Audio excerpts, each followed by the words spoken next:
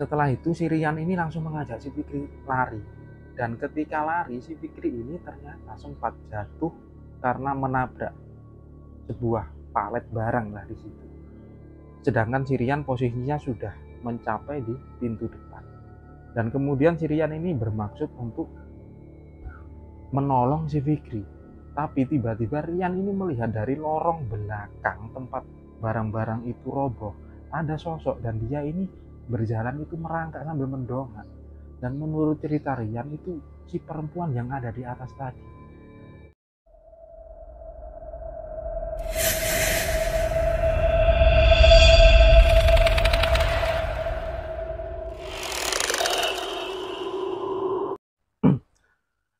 Assalamualaikum warahmatullahi wabarakatuh. Selamat datang kembali di channel Jalan Hidup AR5 bersama saya Arya.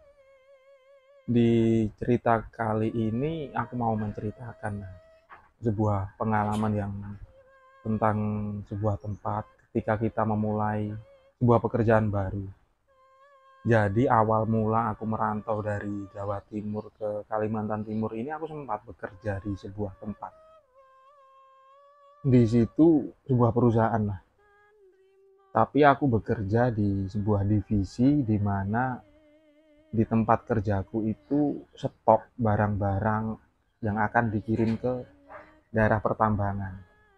Nah, pada awalnya ketika aku masuk pertama hari kerja itu aku memperkenalkan diri lah, cari teman di sana. Karena waktu itu aku masuk seorang diri. Nah, tempatnya ini ada dua. Jadi satu tempat itu 3 lantai dan yang satu tempat itu 2 lantai. Aku kerja di yang 2 lantai ini. Jadi di lantai bawah itu sebuah gudang yang di sana untuk bongkar muat barang, sedangkan di atasnya itu kosong.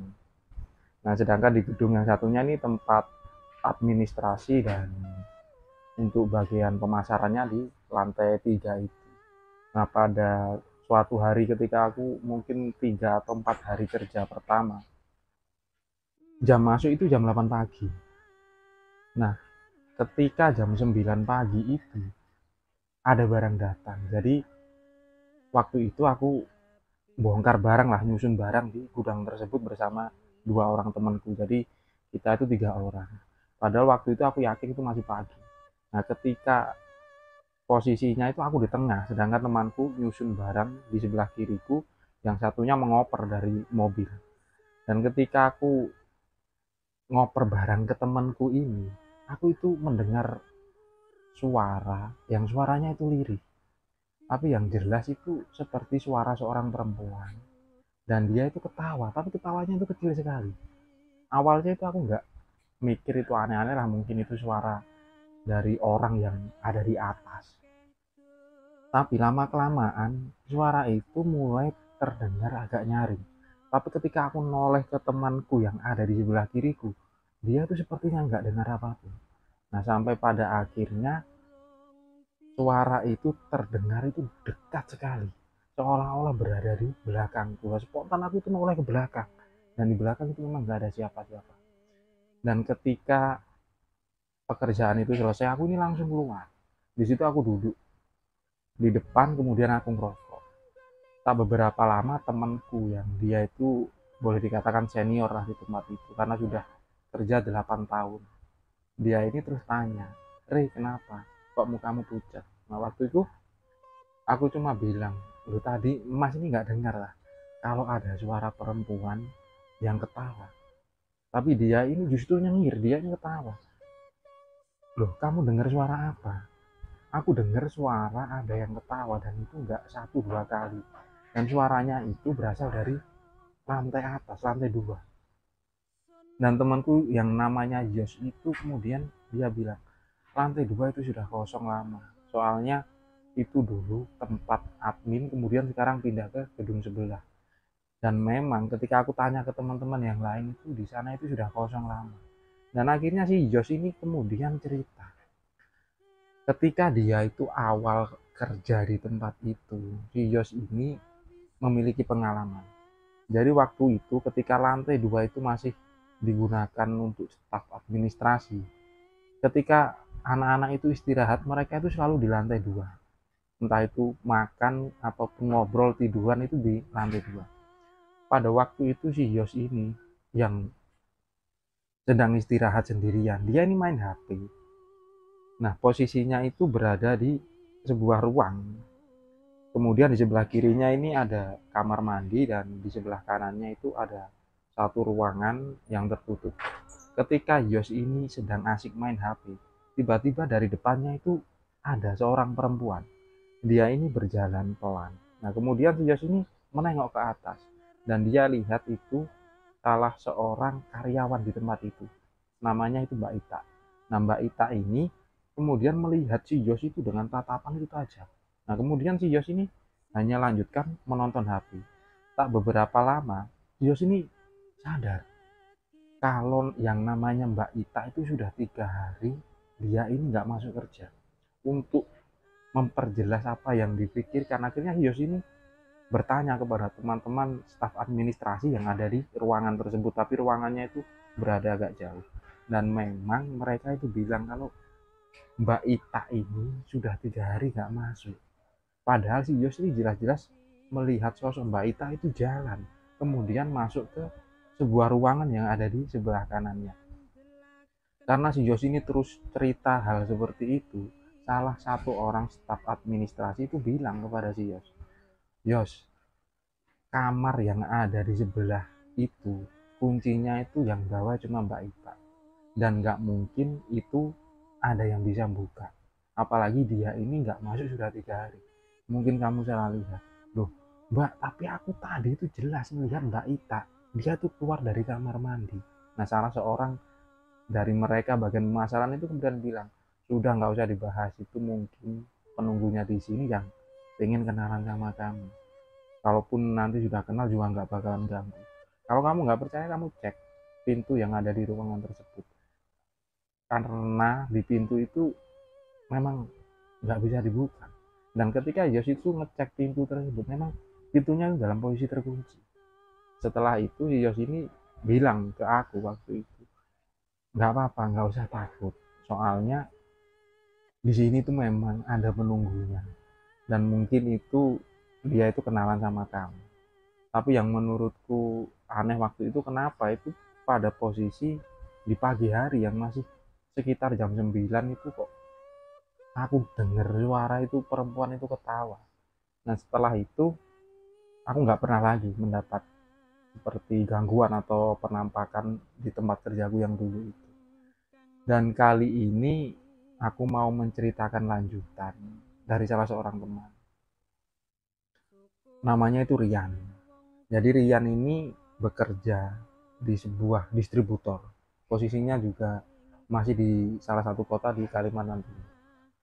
Nah, si Rian ini pada waktu itu dia mendapatkan info dari salah seorang temannya kalau ada lowongan di sebuah gudang. Akhirnya Rian ini mengajak temannya, namanya itu Fikri. Jadi mereka berdua itu seumuran lah, tetanggaan yang cukup lama menganggur. Mendengar ada lowongan, si Rian ini mengajak si Fikri melamar di tempat tersebut. Karena lokasinya tidak terlalu jauh dari tempat tinggal mereka, dan mereka juga memiliki pengalaman kerja sebelumnya, jadi waktu itu langsung diterima. Ketika diterima, tempat kerja Rian itu karyawannya itu cukup banyak. Jadi di depan itu ada sebuah bangunan lantai 2, seperti ruko lantai 2. Di lantai bawah itu tempat display barang-barang untuk dijual. Sedangkan lantai atas itu merupakan mungkin tempat tinggalnya atau tempat singgah dari si bosnya itu. Di belakangnya ada sebuah bangunan yang digunakan untuk staf yang ada di situ, dan 2 bangunan di belakang itu merupakan tempat gudang, stok-stok barang untuk bongkar muat barang. Dan memang pekerjaannya itu cukup banyak. Waktu itu si Rian dan si Fikri ini hari pertama kerja itu di hari Jumat. Kemudian keesokan harinya tepat di hari Sabtu, di tempat kerjanya itu jam 4 sore itu semua itu sudah pulang. Tapi salah seorang kepala gudang namanya Pak Joni. Pak Joni ini bilang butuh 2 orang untuk melakukan penataan ulang stok di gudang belakang dan membersihkan tempat tersebut. Jadi ada kegiatan rutin lah untuk membersihkan setiap tempat di daerah itu. Pada waktu itu karena semua pekerja yang lama itu mereka pulang duluan, jadi Rian dan Fikri ini menawarkan diri. Karena mereka ini juga orang baru, dan kalau ada pekerjaan lembur ini mereka senang lah untuk nambah pemasukan. Dan Pak Joni pun menyetujui mereka ini untuk bekerja lembur di sore itu. Sekitar setengah 5 sore, Rian dan Fikri ini ditunjukkan untuk membersihkan, mulai menyapu di sebuah gudang yang paling belakang. Kemudian dilanjutkan untuk menata beberapa stok barang yang lama yang ditata ulang karena menurut cerita Rian itu barang-barang ini berhambur dan bercampur. Nah, sekitar jam 6 waktu itu terdengar azan maghrib. Tadi Pak Joni ini bilang ke Rian, Rian, kamu habis ini istirahat dulu, aku tak keluar sholat sambil belikan makan kalian. Nah, nanti setelah maghrib kita lanjutkan nata yang di bagian depan. Kemudian Rian ini mengiyakan. Kemudian mereka ini istirahat di gudang tersebut yang tempatnya itu cukup luas dan barangnya itu cukup banyak. Pada waktu itu di sela istirahat, si Rian dan si Fikri ini ngobrol. Mereka sempat bercanda karena menurut mereka tempat kerjanya ini nyaman, jadi bosnya itu juga baik dan sistem kerjanya itu sangat teratur. Tak beberapa lama Rian ini bilang ke Fikri, aku tak ke kamar mandi dulu, Fik, ke belakang, kamu tungguin di sini. Nah, Fikri ini sedangkan dia itu masih asik main HP dan berpesan kepada Rian, jangan lama-lama soalnya aku takut. Dan memang kondisi gudang tempat itu cukup luas, tapi karena di kanan kirinya itu sudah tidak ada kegiatan atau bangunan lain, jadi terkesan itu sepi, sunyi. Apalagi waktu itu sudah menjelang malam. Dan ketika si Rian ini mulai berjalan menuju ke kamar mandi, jadi dia ini melewati lorong yang kanan kirinya ini tumpukan barang yang mereka tata lagi. Setelah itu mereka itu keluar menuju ke pintu gudang bagian belakang, dan di sana itu ada sebuah kamar mandi. Nah, setelah selesai dari kamar mandi, si Rian itu sempat melihat ke area belakang, dan di sana itu sangat gelap sekali karena di bagian belakang itu ada sebuah tembok yang cukup tinggi dan belakangnya ini sudah pepohonan, tak ada bangunan lagi. Ketika si Rian bermaksud kembali lagi ke tempatnya si Fikri, dia itu sempat menengok di sebelah kiri samping pintu keluar gudang belakang itu. Jadi di sana itu ada sebuah kotak. Nah, kotak ini kemudian diisi beberapa jenis buah, dan di tengahnya itu ada sebuah guci kecil yang di sana itu ada 3 dupa yang posisinya itu masih menyala. Nah, waktu itu si Rian ini nggak pikir panjang, kemudian dia itu mengambil 2 buah tersebut, 1 buah apel dan 1 buah pir. Dan setelah itu si Rian itu langsung kembali ke tempat Fikri. Nah, melihat si Fikri yang sedang duduk sendirian, Rian ini langsung melempar buah. Waktu itu yang dilempar adalah buah pir, sedangkan buah apelnya ini dimakan oleh Rian. Nah, Fikri ini sempat tanya sama Rian, "Loh, kamu dapat buah dari mana, Yan? Sudah, nggak usah banyak omong, kamu makan saja sambil kita nunggu Pak Joni, karena nanti dia pasti belikan makanan." Di situ kemudian mereka ini asik makan buah tersebut. Baru saja si Rian ini duduk sambil makan apel itu, tiba-tiba dari arah belakang mereka itu mendengar suara gobiak, dan itu sangat mengagetkan mereka karena suara itu berasal dari barang-barang yang ditumpukan tersusun rapi tadi terjatuh. Akhirnya si Rian dan si Fikri ini dia itu bangun dan mengecek ke arah belakang, dan waktu itu mereka itu melihat barang-barang itu banyak yang berhamburan. Nah, spontan si Rian dan si Fikri ini saling pandang, perasaan tadi barang-barang ini tersusun rapi, kok tiba-tiba berhambur kayak gini. Coba kamu lihat apa ada kucing yang masuk, ya. Tapi ketika mereka mengecek nggak ada hewan sama sekali, dan nggak masuk akal kalaupun di sana ada hewan seperti kucing bisa menghamburkan barang dengan tatanan yang tersusun rapi tersebut. Tak beberapa lama, si Fikri ini mendengar suara pintu besi jalan keluar dari gudang ke belakang itu.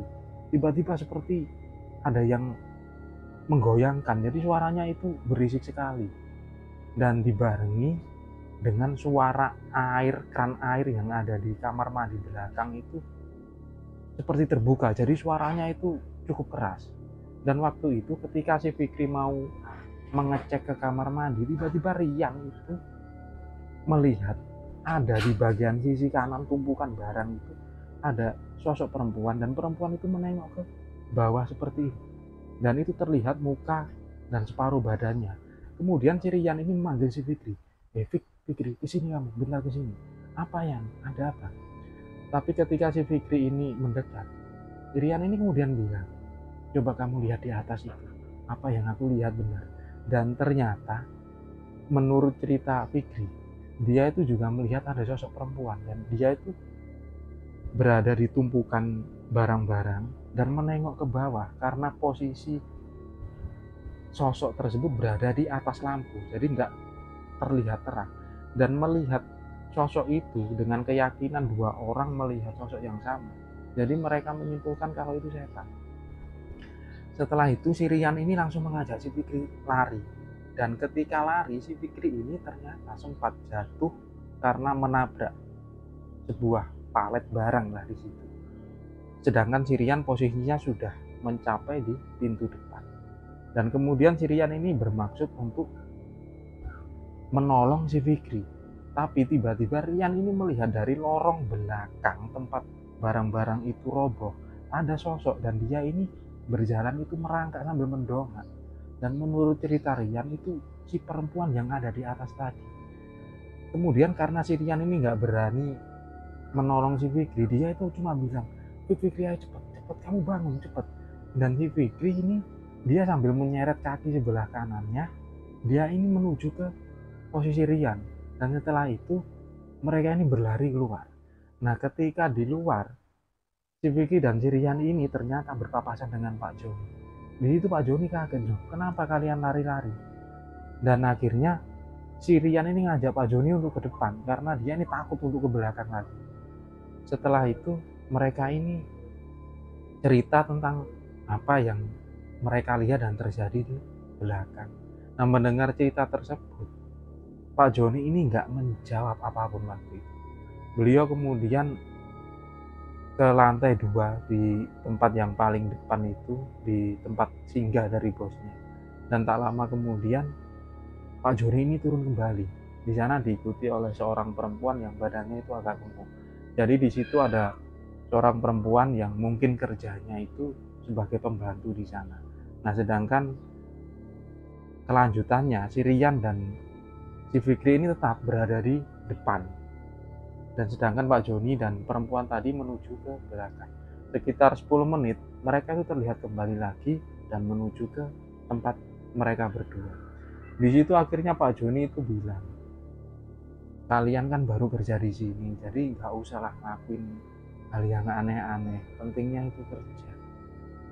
Nah si Fikri ini kemudian tanya kepada Pak Joni, loh Pak, kesalahan kita itu apa? Kami ini nggak ngelakuin apa-apa, tadi cuma nunggu Bapak datang, sampai pekerjaan itu nggak kami lanjutkan, tapi tiba-tiba barang-barang itu jatuh.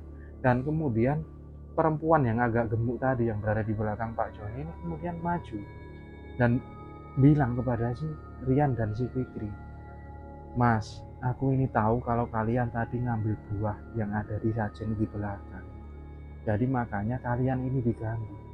Lain kali tolong gak usah ngelakuin hal seperti itu. Kalau kalian ini ngelihat sesuatu di sini yang bukan hak kalian, lebih baik jangan diambil. Di situ si Rian dan si Fikri ini baru sadar, dan mereka ini mengakui kesalahan mereka. Dan si Rian yang memang ngambil buah tersebut, dia ini minta maaf kepada Pak Joni dan si ibu-ibu tadi. Dan si Fikri waktu itu bahkan memohon supaya tidak dilaporkan karena mereka ini baru 2 hari kerja.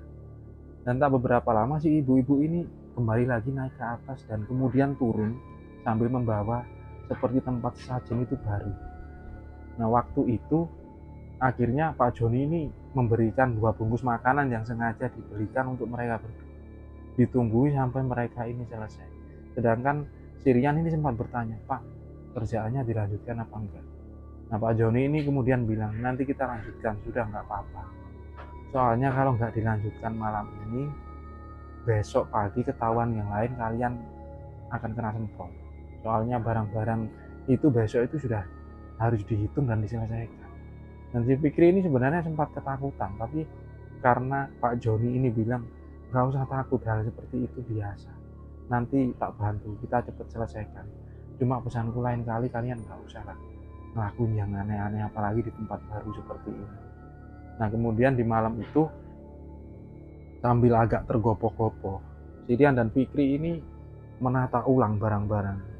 Dan Pak Joni ini sempat kaget, kok bisa barang segini banyaknya itu terhambur. Aku yang kerja di sini sudah 15 tahun nggak pernah ngalami hal kayak gini. Dan setelah itu, setelah pekerjaan selesai dan pintu itu dikunci, kemudian mereka dipersilahkan pulang. Keesokan harinya, Rian dan Fikri ini memang sengaja janjian lah untuk berangkat pagi-pagi. Bahkan ketika mereka sampai di tempat gudang tersebut, belum ada staf yang datang. Tujuan si Rian ini ingin bertemu dengan ibu-ibu yang mungkin dia ini pembantu lah di tempat. Nah, ketika ketemu, si Rian ini menyampaikan maksudnya, dia ini minta maaf atas perilakunya dan memohon supaya tidak dilaporkan ke bosnya. Waktu itu ibu-ibu ini dengan tenang, beliau ini bilang, nggak apa-apa mas, yang penting nggak usah diulangi lagi. Kalau kerja hati-hati, nggak usah ngelamun. Kalau istirahat, mending itu di luar, jangan di gudang. Nah, setelah kejadian itu, mereka itu tetap was-was ketika kerja di gudang paling belakang. Bahkan sempat mereka itu bilang ke Pak Joni supaya dipindah ke gudang nomor 1 yang ada di depannya.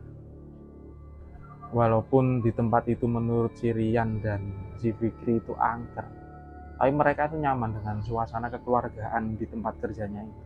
Bahkan mereka itu masih bekerja di sana sampai sekarang. Nah, itu adalah sebuah kisah yang diceritakan oleh Rian dan Fikri tentang sebuah kejadian yang pernah mereka alami sebagai karyawan baru. Terima kasih buat teman-teman yang sudah menonton video ini.